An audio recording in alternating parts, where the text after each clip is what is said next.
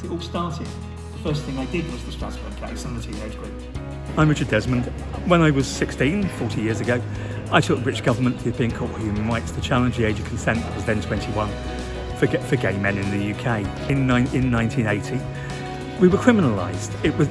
To have sex as a 16-year-old gay man was breaking the law. I could potentially have gone to prison.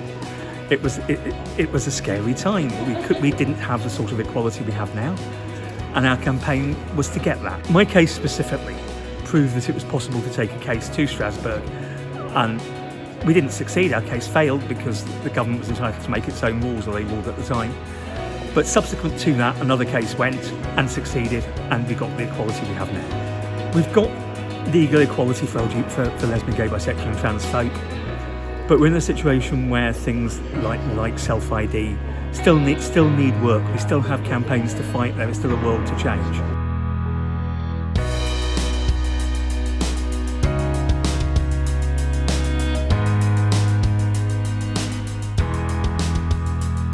Today because I can find out about things that I really wouldn't hear about anywhere else, like just aspects of history that we don't get taught in school, that I can't find in the library. I particularly enjoyed the short film on Invisible Women, which covered like how women and lesbians in particular fought against Section 28 and like homophobia back in like 60s and 70s and 80s, which I'd never heard about before and barely gets covered anywhere.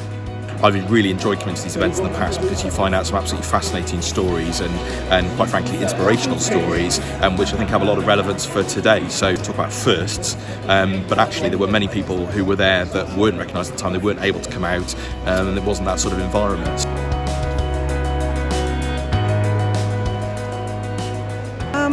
Until quite recently, Rhondda was not really sort of talked about in terms of lesbian relationships, but we certainly need to know a lot more about her. In fact, so many people, because quite often when we find out these people, they appear in one or two books, but don't then appear in sort of wider society. We need to learn more. The more visibility there is, the greater understanding there is, and the greater understanding, then you hopefully see a much less hate crimes and discrimination. So the more we know about people from the past, the better.